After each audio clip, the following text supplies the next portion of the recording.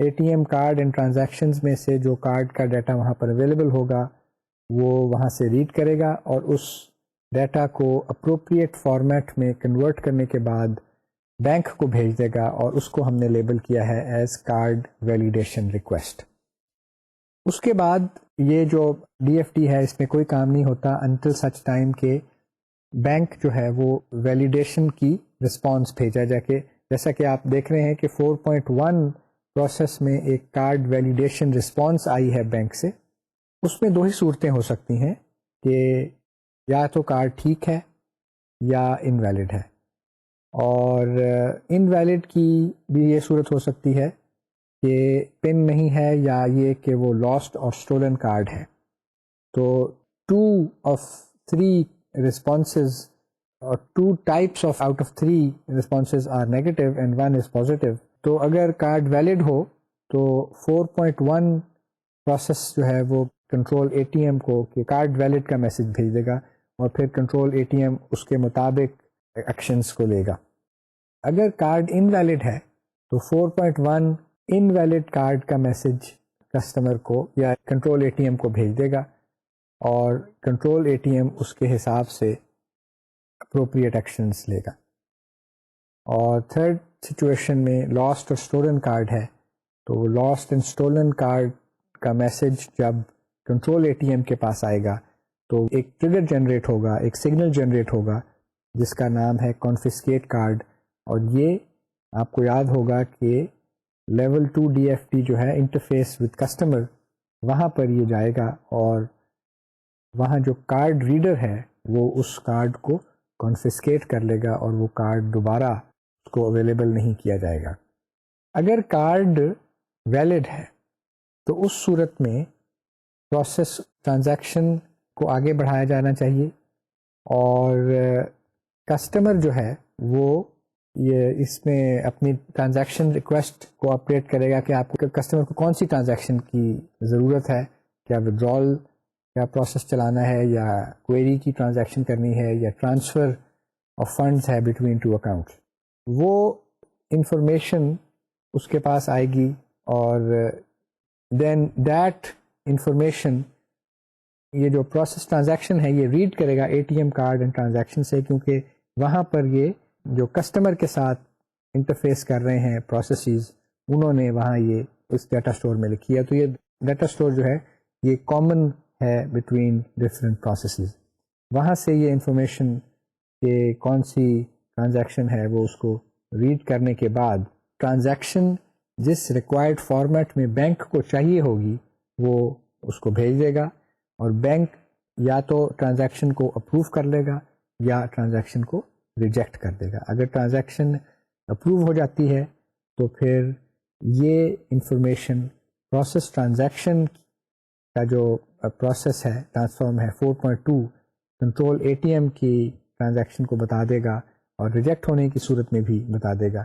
اور جو control a T M ہے وہ اپروپریٹ میسج سینڈ کرے گا ٹو دی کسٹمر.